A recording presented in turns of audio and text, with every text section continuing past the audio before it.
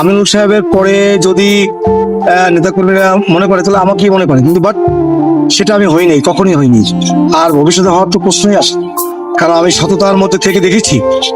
একেবারেই শেষের দিকে চলে এসেছি। শেষ প্রশ্ন, পদ পদবি পেলে, ক্ষমতা যখন চলে আসে তখন মানুষ আর কথা রাখে। আপনার কাছে যদি সেই ক্ষমতা চলে আসে, আপনি কি আসলে কথা রাখবেন? তখন কি মনে থাকবে জনগণের কথা, কর্মীর কথা, ত্যাগের কথা? ধন্যবাদ। শুধু রাজনীতিবিদরা ভালো ভালো কথা বলতেই। ধন্যবাদ। আপনার যে প্রশ্নটা সঠিক, অতীতে আমরা তো সেটাই দেখেছি। তবে আমি আপনাকে যেটা বলতে চাচ্ছি যে আমি তো বার পলিটিক্সে ছিলাম, তার মহানগরী দপ্তর এবং যুগ্ম আহ্বায়ক সুপার 5 এর মধ্যে।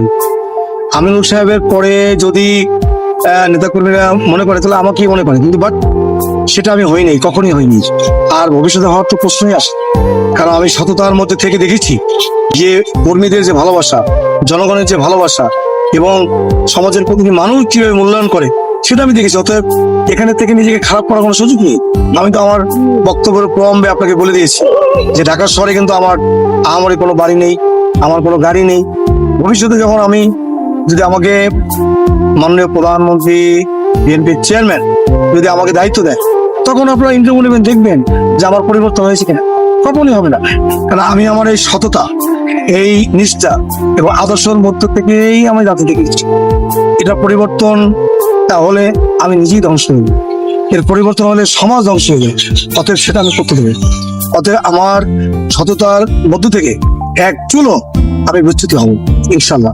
দোয়া রাখবেন এইভাবে যেন আমার জীবনকে আমি বাজি রেখে আমি যেন দলকে ভালোবেসে। অসংখ্য ধন্যবাদ, আপনি কষ্ট করে আমাদেরকে সময় দিয়েছেন। আমরা ধন্যবাদ আপনাকেও ধন্যবাদ যে এই যে আমাদের মনের কষ্ট, দুঃখ, আমাদের যে আবেগ, অনুভূতি, এগুলো আপনাদের মাধ্যমে আমরা যে জানাতে পারি, কথা বলতে পারি, এই সুযোগটা আপনারা করে দিচ্ছেন। এই জন্য আমি ঢাকা মহানগর উত্তর বিএনপির পক্ষ থেকে, আমার আহ্বায়ক আমিনুল হক সাহেবের পক্ষ থেকে, আমার পক্ষ থেকে